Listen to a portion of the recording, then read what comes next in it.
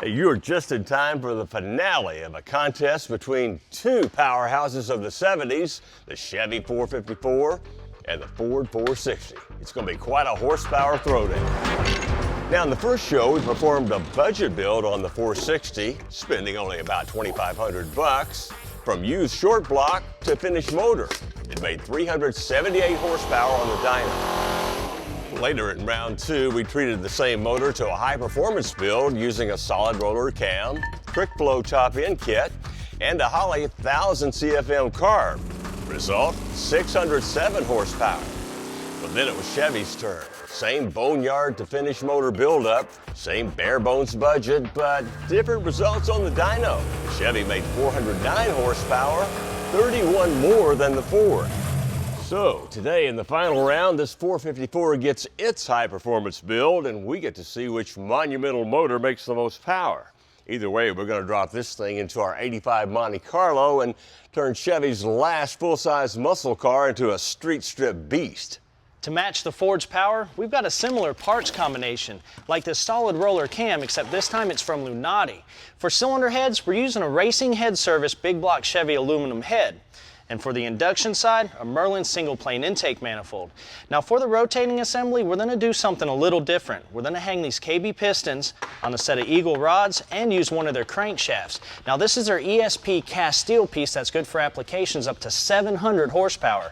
It's been cross-drilled on all of the rod throws for reduced rotating mass, and they even balance the entire assembly for us. Now you might remember we reused the Ford crank because they were known to handle 700 horsepower stock. Chevy's, well, only about 500 horsepower. We've got our crank temporarily torqued down so we can check the clearance between it and the bearings we've installed, and that's why we left this cap off. Now to do this, in case you've never done it, get a piece of plastic gauge from your local parts store, cut off a piece, open it up and put this little green plastic strip on the journal. Then we can install the cap, and the bearings, by the way, are Clevites for big block Chevys. Torque it down like the rest of them, and finally remove it. Then compare the width of the flattened plastic gauge to the paper gauge. It should be between 2 and 3 thousandths. So what if you have less than that and not enough clearance? Well, you're probably going to get bearing failure. Any more than that, and well, the oil pressure is going to go down, and heaven knows what'll happen then. Well, let's get this crank out and install it the right way. What do you say? And that starts with installing this rear main seal. Now here's a couple of tips you want to take when you install these things. The first one is to make sure the large portion of the sealing lip is facing the front of the engine. Now the next thing you want to do is offset the seal from the main cap. This will help prevent any leaks.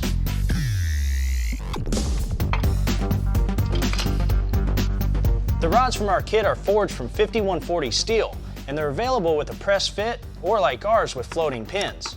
The pistons are KB's Icon brand, made from 2618 forged aluminum alloy with a raised dome and single valve relief.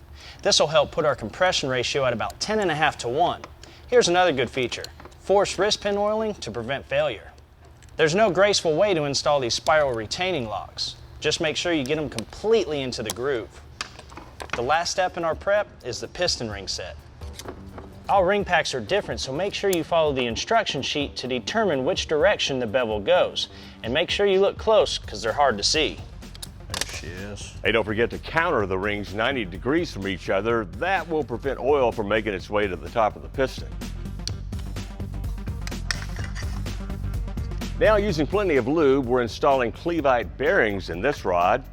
And after knocking in the first piston rod assembly, we're going to lay down another piece of plastic gauge to check our rod clearance. Just like the mains, we're right in the ballpark. When you install these pistons, the valve relief should be pointing toward the center of the engine. Stick a fork in the bottom end, because it's done. Now we're going to move on to the high-performance Valvetrain and top end. And I hate to break it to you, but Ford guys, it ain't going to be pretty.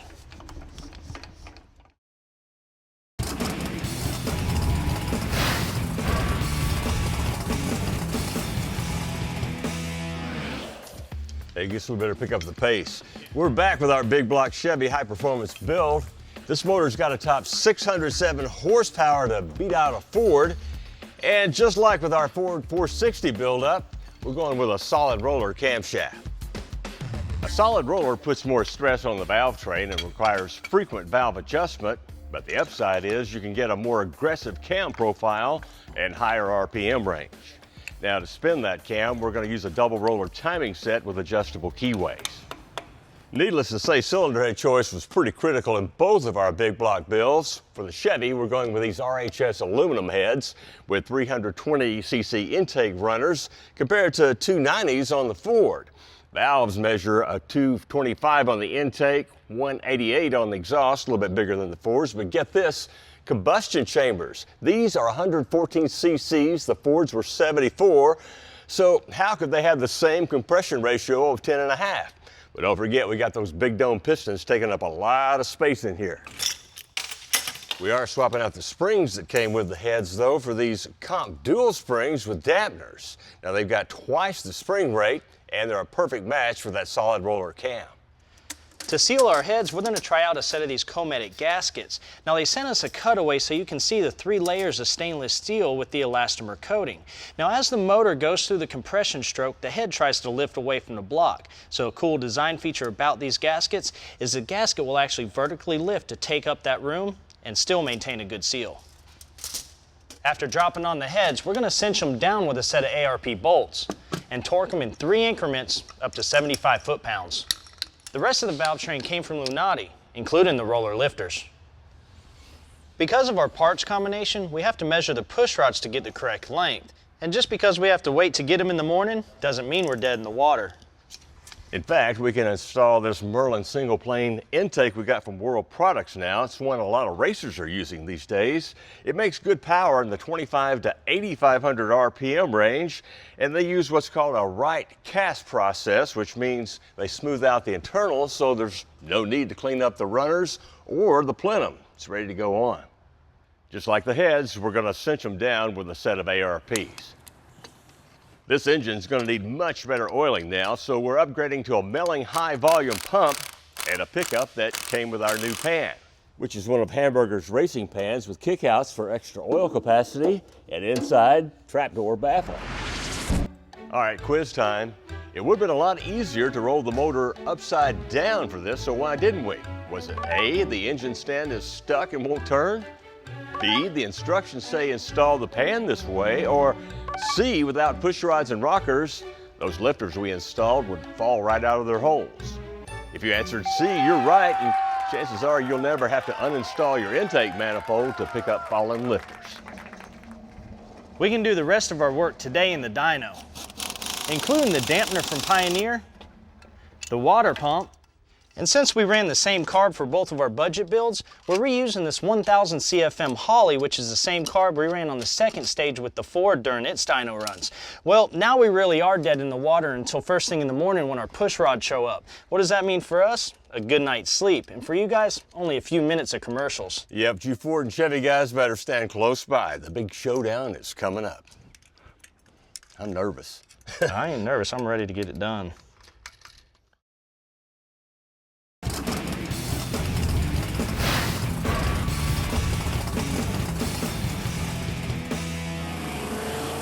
Today we're turning our 454 budget big block into a horsepower hoss.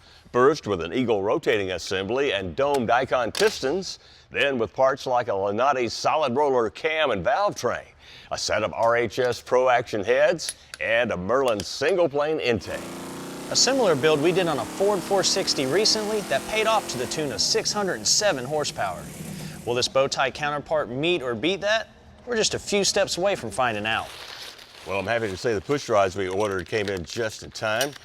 And just because they're new doesn't mean they're ready to use right out of the box. Machining material can get lodged inside these things, and unless it's removed, it can actually block oil from getting to the top of the engine. So you should always take the time to clean them with solvent and then blow them out with air to make sure they're clear. Well, after dropping them in place, we finish up the valve train with these 1.7 ratio rocker arms. To adjust the valves on a solid roller cam, you're going to need a feeler gauge to set the intakes to 22 thousandths and the exhaust to 24 thousandths. What's it look like? A little over 31. Cool. To fire off our 454, we're relying on this Pertronix flamethrower equipped with the new Igniter 3 module and a built-in adjustable rev limiter. With it, a set of their 8mm performance wires.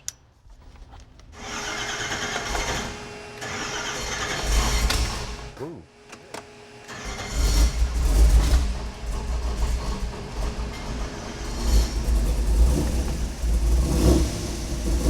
I feel better now.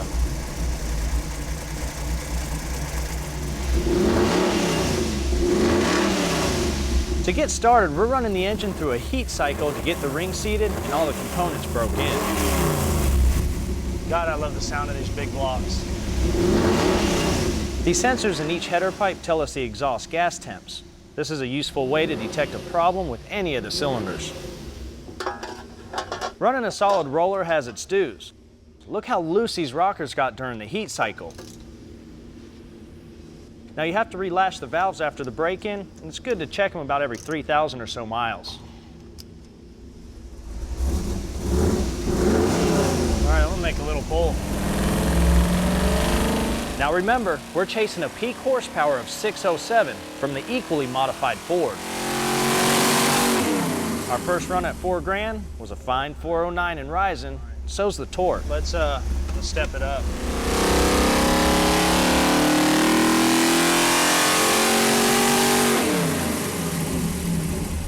532, 561. This thing's still climbing unbelievable at 5,000 RPM. But let's see what more timing does before we go to 6,000.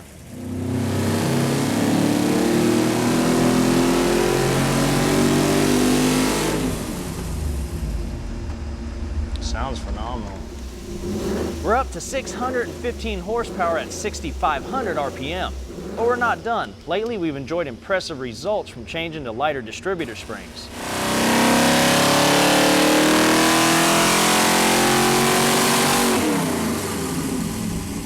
Oh yeah. We did it. Sure did. 622 and a half. Don't forget the half. Yeah. Horsepower.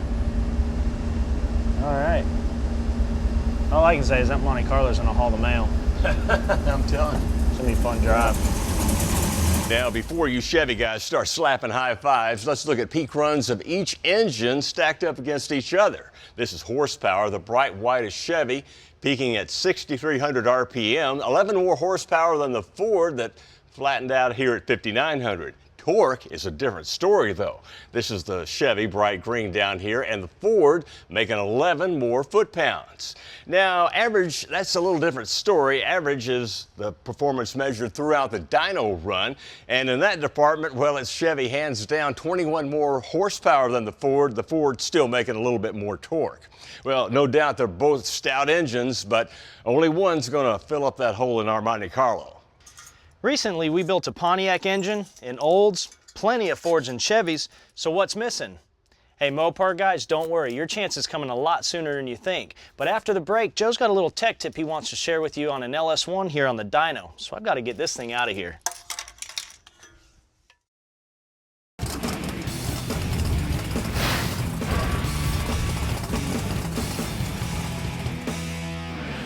We're always on the lookout for ways to save money building and maintaining engines, and today's budget tip's all about making your headers work more efficiently, extending the life of engine components, and saving you money in the long run.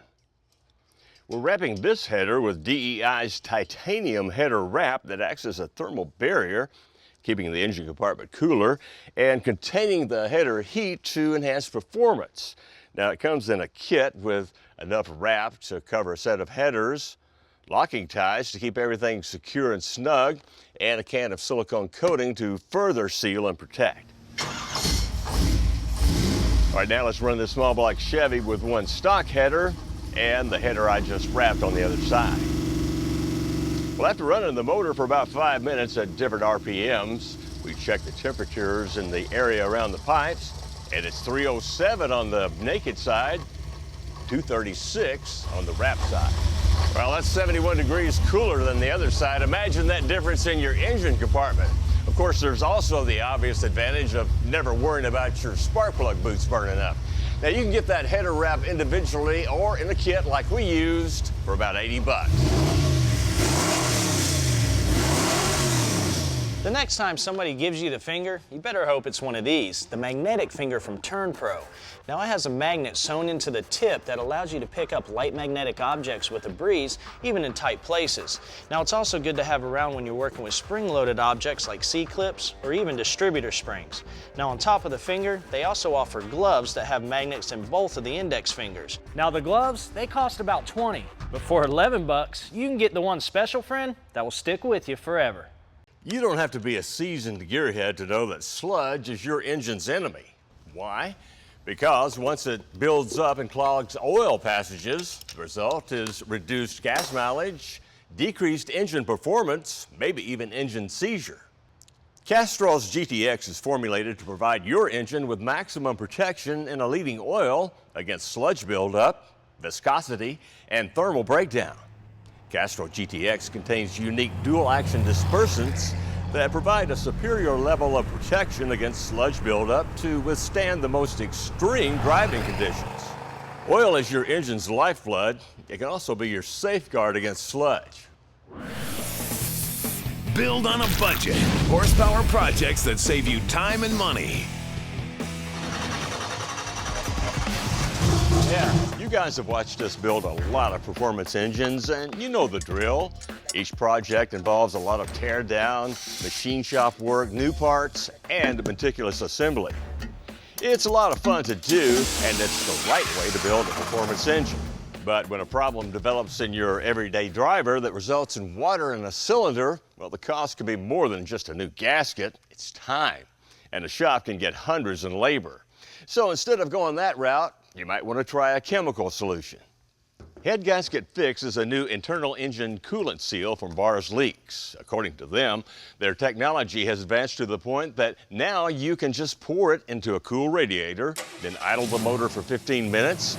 As it circulates with antifreeze, it reacts to engine heat, sealing leaks, including water passages in the head gasket, head, and block. They claim it works in any gas, diesel, iron, or aluminum engine, and that it seals permanently. So if you are on a budget, this is a low-cost option. Oh, and you AMC guys, you just got to peek at our next project car. But that's it, because we're out of here.